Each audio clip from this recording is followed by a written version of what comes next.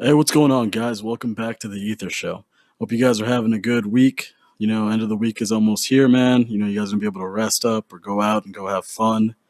Today, we're going to be talking about overthinking, and I feel like this topic is going to be able to help a lot of you guys out because it was definitely one of the big game changers for me. Like when I actually was able to control like my emotions and not letting like my thoughts like get carried away and like assuming all these extra bad things are going to happen. Um, so let's jump right into it. So really quick, I'm just going to give you guys, for those of you guys that don't know, right? Because anxiety is so, I'm not going to say vague, but there's different types of anxiety disorders. So right now I'm looking at basically just like the definition of like overthinking, which I think is basically one of like the main things in anxiety, right? Is you tend to overthink situations. And the Google definition is overthinking is a process of repeatedly thinking about any incident, relationship, or any incident owning to the fact that it brought a drastic change in your life for a long period of time. And for myself, I wouldn't say I have anxiety, but I definitely was an overthinker. And I think that led me to have, I'd say, only one serious anxiety attack. But I've never really had the disorder. Like, you know how you guys like, some of you guys currently have the disorder, never been diagnosed, but you know it, right? Like, you don't have to be a scientist to know that you're depressed or that you have anxiety, right? They really just scale it from like minor to like excessive, right? Um, so for me, how it felt to have anxiety the one time that I really did, it seemed like I couldn't really hold on to any particular thought. It was more of like my thoughts were just everywhere. They were racing, and I couldn't ground myself. And it wasn't even like how do I say? It wasn't even like I was assuming a situation would turn bad. It was just like thoughts constantly racing that I couldn't focus on. And I guess trying so hard to stop the thoughts that were racing around in my head started to build up like a pressure in my head, like it started to cause a headache, and it was so uncomfortable. It was like I felt like I wasn't in control at all, you know. So that was just like my experience with it. I know for some people it may be different, but I know that the the main thing is like you overthink whether it's about a negative situation or maybe your thoughts are just racing, right? Like how it did for me. Um, So I want to talk about an experience that I had over at the DMV. Right, I'm gonna be a little open with you guys, and how I addressed it, and then as well, I'm going to differentiate between when you are in control of the situation, right, and then when you're not, and when you should stop overthinking. So I was at the DMV. This probably wasn't even like a week ago. And I was late on my insurance payment, right? So they canceled our insurance, and I was like, "Oh shit, I got to get my insurance, man." I was like, I was like a little concerned, right? But I knew that I couldn't renew it unless I had a valid driver's license and it had expired because of my birthday. So I went over to the DMV, and I went in line, did the whole entire bullshit. People are like, all angry over there and stuff. And the lady, she tells me, she's like, "Oh, hey, like, okay, so you're here to renew your driver's license. I'm going to need to see your SR22." And for those of you guys that don't know, an SR22 is just something that you get if your license had been suspended for drinking under the influence, or if like you didn't have insurance. My case was I didn't have insurance, right? And I drove, I think I was like 18, a senior in high school, and I crashed or whatever, and I got busted. I was like, damn, got me. But so yeah, so she's like, "I need to see your SR22," and I was like, "Oh, I don't have my SR22. My insurance actually got canceled, and I need it to go ahead and I need to have my license valid to have insurance to get that SR22, right?" And I think that's reasonable. That's not like uh like something out of the ordinary to say, I would assume, right? Like that makes sense. Yeah, okay, I need insurance, I need a valid driver's license, so like I'm gonna pay for it, have it valid, and then I'll be able to get insurance with that SR22. Um and I guess she went to go talk to like a superior in the back to see what she could do. And then she came back and told me, she was like, "Hey, there's nothing I can do unless you have that SR22." And then I explained to her the situation. I was like, "Well, I can't get that SR22 back because they canceled the insurance, right? And without without a valid driver's license, I can't have insurance. But I also need the SR22 from the insurance to get the driver's license. So it was like it just didn't make any sense to me. I was like, you guys can't help me out. Like, you guys can't just let me pay it, send me the card so I can have the SR22 like I'm legally supposed to have, And she was like, yeah, no, I don't know what to tell you. Like, you're not supposed to have uninterrupted insurance for 3 years. And I was like, wow, you can't mess up once in 3 years. That's some bullshit, right? Like, I was upset. I was mad.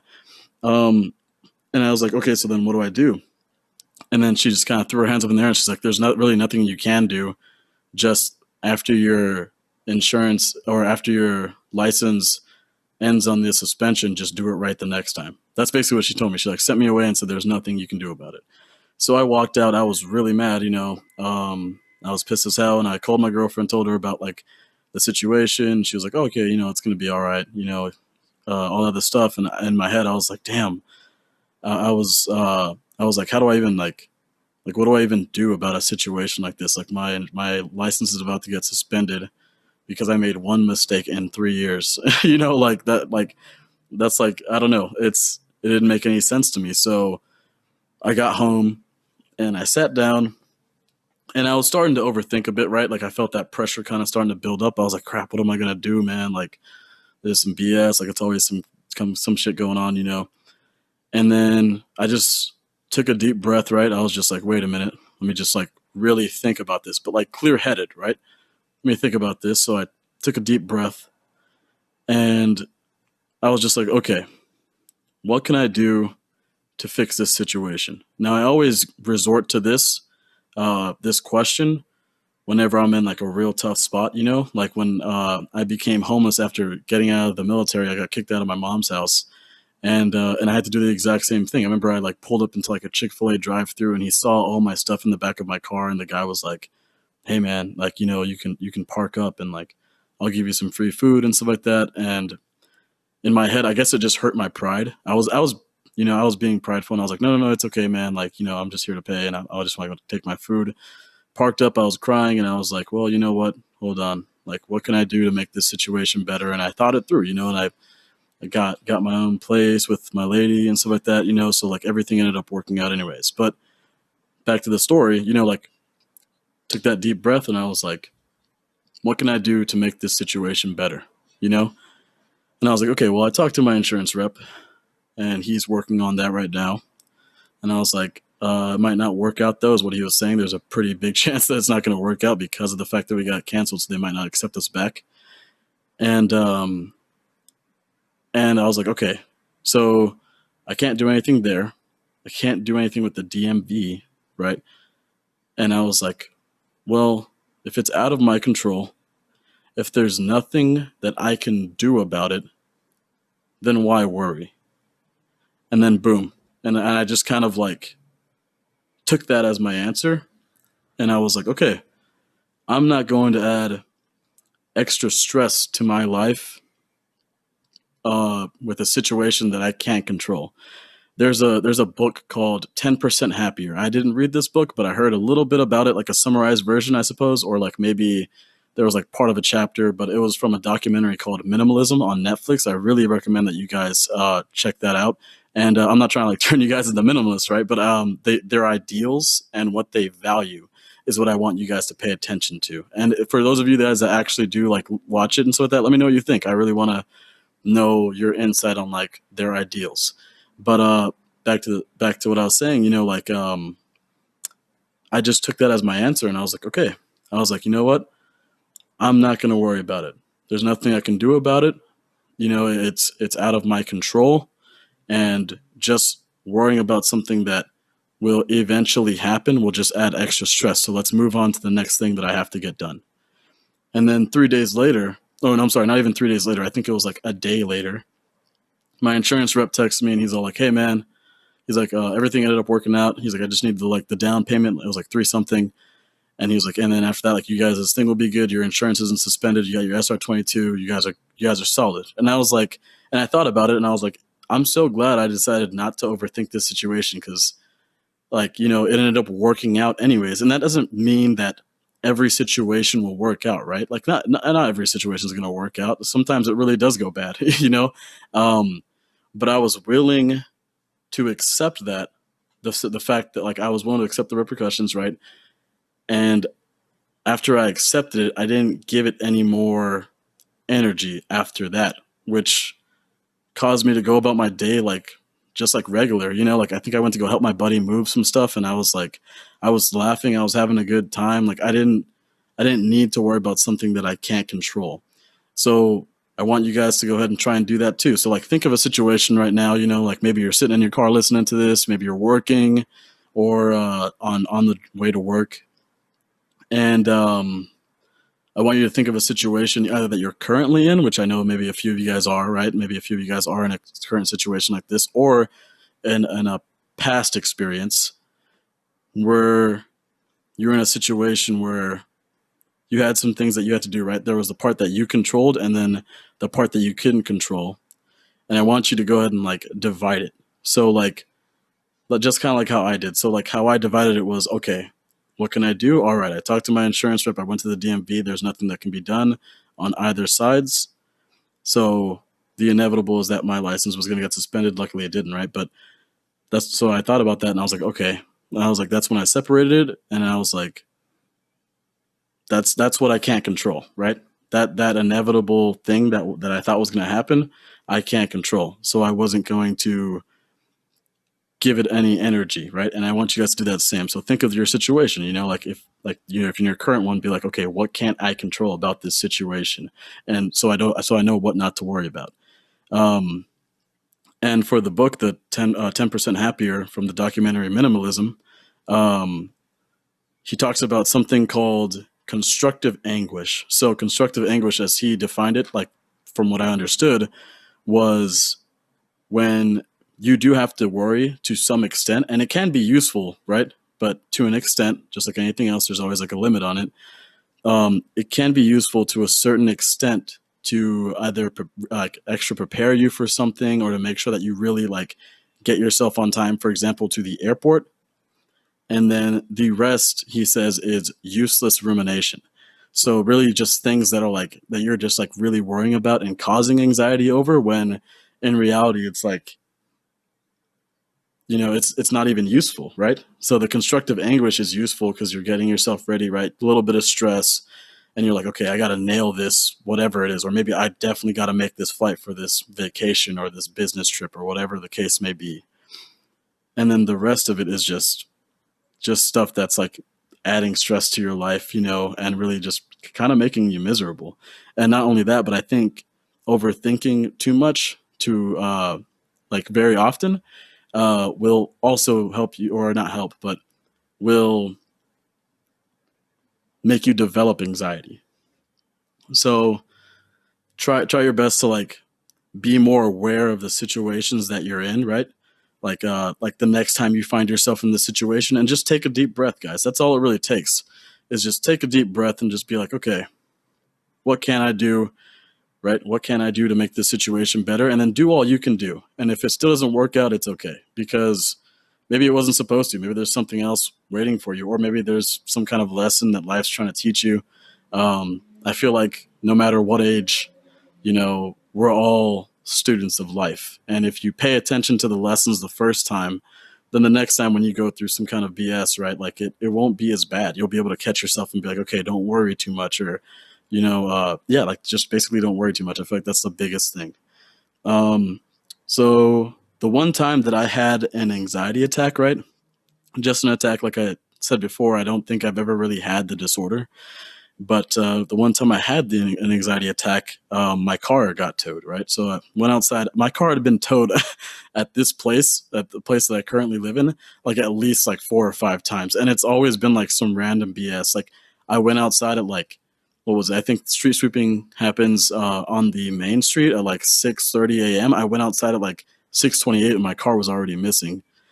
And I came upstairs and I was like, fuck, man, I can't get to work. I I already paid fucking rent. I don't have any extra money. It's going to be in there for like a couple extra days, and I was just like, I came upstairs and I was just really freaking out. And I remember like I couldn't breathe, and like I said before, like I was trying to stop my thoughts from racing, but they were just it was building up a pressure the more I resisted. And I remember like putting my head up against the wall, just like trying to catch my breath. And what actually calmed me down, because I wasn't in like the happiness stage or like the self help stage at that point. It was just like I just got out of the military, been like 4 or 5 months, and I wasn't doing any of that shit. So, but what helped me was my dog. Actually, it was kind of crazy. Like my dog started licking me and whimpering, I guess. So she knew something was going on. And in my head, I was like, "Holy shit, Pebbles, you're an ESA. You know, it's cool as fuck." Um, yeah. So that was my, I'd say, only serious experience with anxiety. Like I understand how like you want to be alone and like you feel this pressure in your head and you can't control anything going on in your head, and that's like really worrisome. It makes you feel completely out of control with everything, not only yourself but just like with life, because you feel like it's falling apart. um and then there was another time where and this is after the whole entire self-help thing as well, right? So I guess you could say there's another experience with me learning not to overthink. So like I said, like, you know, me and my girlfriend, we had struggled, whatever, and stuff like that financially for some time. And we got a 3 day notice on our door. And as soon as I saw a 3 day notice, they were like, hey, yeah, like either you guys got to get out in 3 days or you guys got to pay this rent in 3 days. I got like immediately, like, it just reminded me of like my childhood, you know, like I was like, fuck, man, it's happening all over again. Like, maybe this is just the way that my life is, you know, like I really believed that for a second. And I think my girlfriend left to work later on, and I was by myself with the note, and I kept rereading it, and then that's when I felt that same feeling that I felt the day that my car got towed. And I walked up to the window. It was like to the left of me, and I remember it was like overcast. So I think this was sometime around February. I think maybe. And I remember just thinking, I was like, damn, you know, like it's beautiful outside. And like I kind of just distracted myself for a quick second. You know, I was just like, damn, you know, it's beautiful outside. Life is beautiful. And I don't need to worry about something, you know, like I don't need to worry about this because I know I got it. You know, I was like, I can either ask for help or I can just work my fucking ass off. You know, my mom, I work with her as a caregiver, so she started giving me extra hours. And then she also helped me in that situation as well, too. She gave me money, but like, and I know that might not happen for everyone, right? Like, I'm very fortunate to have a mom that is doing well, so she can help me, and that's not everyone's situation. But I want you to keep in mind more of the fact of like how I could have handled the situation, right? How most people would, which is like they're freaking out, they don't know what the hell to do. In my head, I knew at that moment, I was like, okay, pick up extra hours, obviously, right off the fly, right? Like that's the number one thing. I need more money. And then I gave my mom the money back after I started working those extra hours over at caregiving. But you know, I pretty much just came up with the plan, right? Which, like I just said, was okay, extra hours, right? And then that's it. And I didn't give it any extra thought than that because I understand what's going on, right? I have the information, like, okay, you got 3 days, right? So I knew that once I have the information, why do I need to remind myself about it? Obviously, it's a stressful situation. No one wants to be in a situation like that. And I think a lot of us, especially if you're here from California, can probably relate with this, whether it's yourself or your parents, you know, that happened to. Maybe it was just a letter, or maybe you guys actually like got kicked out of your place, right? We've all been there, I think. And yeah, I didn't want to continue to think about a situation that was going to stress me out because I knew the action I had to take. So become more aware about your situation and learn to control your emotions, guys. And things are going to get like way fucking better if you do that. I promise you. Like, I think overthinking, controlling my emotions, right, was, I'd say, one of the biggest life changing moments. Um, and how to stop overthinking for myself, right? These are just tips that I did. You know, I usually give you guys like tips at the end of an episode. For myself, was through meditation, right? So some of you guys might not want to do this. I think it's I don't know. It's weird. I used to think that this is gonna sound kind of like douchey, but I used to think it was fucking like retarded. Like I was like, oh, meditation's gay, dude. Like like I always thought of it like that because I knew meditation, or I had information about in meditation like how most people do. Like I headline read it. Like I'm like, oh, meditation. You fucking monk on a mountain. Such and such. But when I really started to like look at like YouTube videos and stuff like that, right? Like it was only a click away, so I looked it up. When I started looking at YouTube videos and like all these other things about meditation, and I saw the benefits, and I saw that meditation isn't about stopping your thoughts; it's about letting them come and go. Because I realized, and I actually just finished meditating not too long ago. I have like this little booth that I plan on using for the next episode. By the way, it's gonna be dope. But I sit in there because it's soundproof, and it talked about learning to not resist thoughts and like have an empty mind, but to allow your thoughts to come and go. And once I heard that, like not today, but like, a while back ago, like when I was looking at videos of it on YouTube, I thought that was really fucking cool. I was like, wow, like I completely misunderstood what meditation was. I thought it was like, you never think about anything. Your mind's always empty during the meditation practice. But no, it's really just being at ease with your thoughts and not hanging on to any particular one, especially the ones that stress you the most. Um, and really just being in the present moment. So this is, I have another story, right? One more story. This is when I knew I was truly happy. And it was probably there. I don't think there will ever be a drug that will ever make me feel the way I felt that day, you know? So I was riding on my motorcycle, right? I think it was like a weekend. It's probably like a Sunday or Saturday. And there was I think it was like springtime. And there was some event going on over at Columbia Park, which is in Torrance. And I was riding on my motorcycle down, I think it was Prairie. And I remember feeling the wind, man. The wind felt so good. I had music, like bomb music playing in my ears, right? I had my headphones in. And I was just like bumping to it, like bobbing my head. And I was like, man, today's a great day. And I look to my right and I see these families, a ton of them. The park is filled. First time I've seen the park filled in a long time, of just families coming over, playing with their kids, hanging out with friends, like walking the dog, like, and I saw people smiling and laughing. And it almost like on some note, like I'm not trying to be like, how do I say? I'm not trying to sound like weird or anything, but it kind of made me want to, like, I was so happy to the point where it kind of made me want to cry. And I was so happy to see people living their life with the people that they love, experiencing life, not worrying about what bills next month or the shit that happened to them in the past, but just being here in this moment. And there was nothing better than that feeling. There will never, ever, ever be anything better than that feeling that I felt that day. And that's when I knew that this was something that I should do for the rest of my life. Like, I need to meditate every day. I need to be in the present moment. I need to stop thinking about what people, or care about what people think about me. I need to stop, worrying about the things that I can't control, like just all these things that I've learned over time, and like really just living life and experiencing it and not caring about what, like, how do I say it? Like, not really what job that you have, right? Because of course you have to do a little bit of grinding and eat some shit, right? Like, have a tough time for a little bit, because I think that really builds character.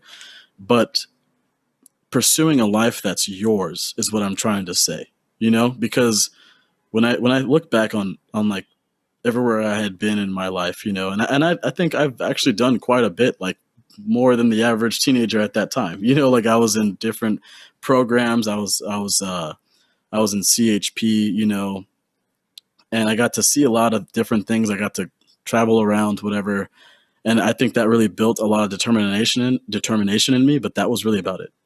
And and now having determination and being happy, and you know just not overthinking every little problem that comes into my life, really made an impact. And I feel like if you guys try meditation or look at other forms of ways to try and not think about like what's going on in the future or the past, and you're really just staying in the present, I feel like things will really start to change for you guys too. Because I've noticed that whenever I've been in the present moment, right? I went to Vegas with my girlfriend, and we were also like we were having like a bomb ass time, but like we were like, okay, like we're a little stressed out because next month like it's gonna be a little thin, like it's gonna be a smaller month because we're taking this vacation. But at no point when I was in Vegas did I think about that. I wasn't thinking about next month's bill. I didn't think about, my friend that killed himself or anything like that. Like it was no thoughts, just being there.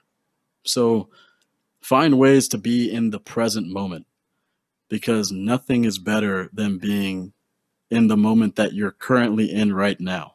Nothing is better than it. It's really it's the most stress-free thing I've ever felt.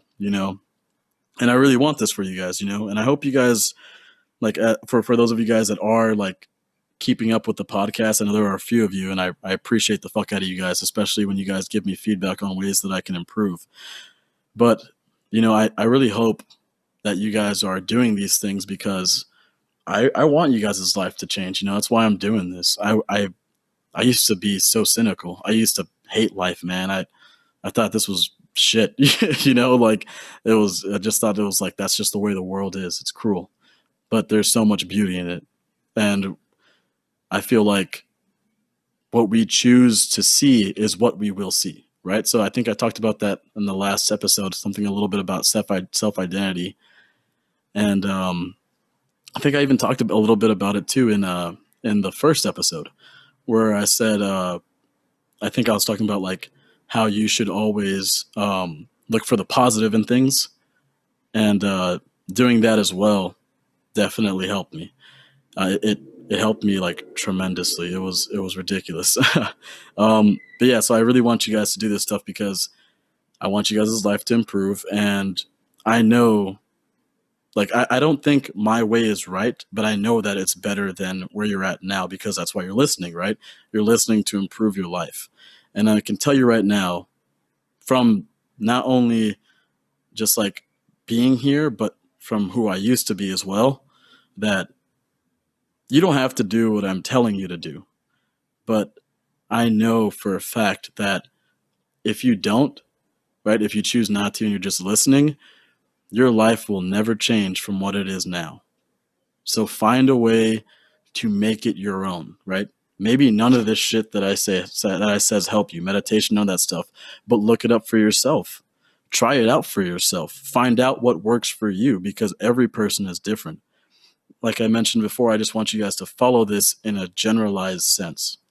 So yeah, man, like I really hope that you guys are following and doing these things that I'm asking you guys to do. You don't have to, but I know that if you start and you find an interest in it and you start to do it on like whether it's daily or it's like weekly, right? Like it really just depends. There will be change. There will be change. Or you'll be a little bit more aware about yourself and you can change it up to how you need it to be. So there will be change. So yeah, guys, that's it for this episode. I hope you guys have a good rest of your week. Remember to go ahead and try and catch yourself in times that you're overthinking. And yeah, man, you guys have a good one, and I'll catch you guys later. Peace.